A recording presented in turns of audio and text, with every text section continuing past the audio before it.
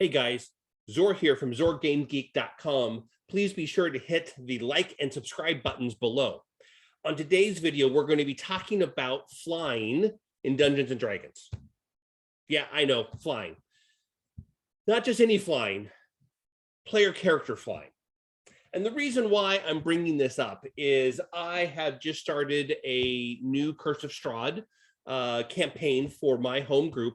And one of my players, I think more than one, but I know at least one of my players tells me that they watched these videos.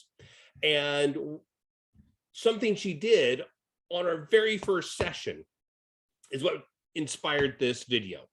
And that thing is she flew. Now, partly this is my fault because I opened the number of different player character races and backgrounds open pretty wide, and she picked a variant of the tiefling that has wings.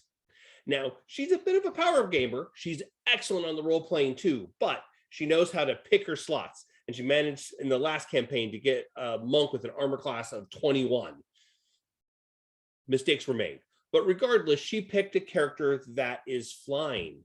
And the problem is one of the opening scenes to the Curse of Strahd is walking through the gates of Barovia and having them close behind you.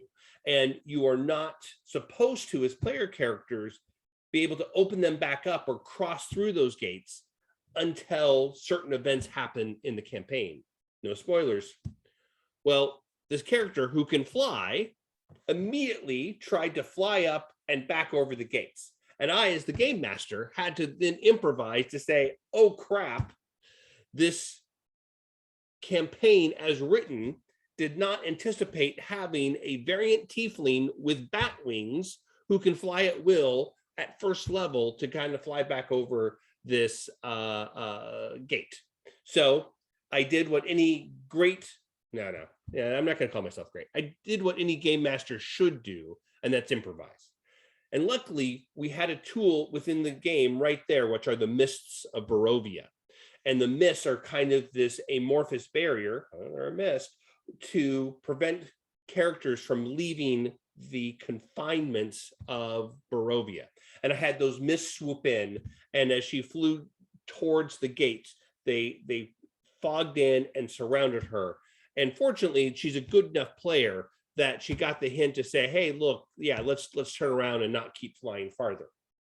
So what should you do in your games where you have the potential of a flying character?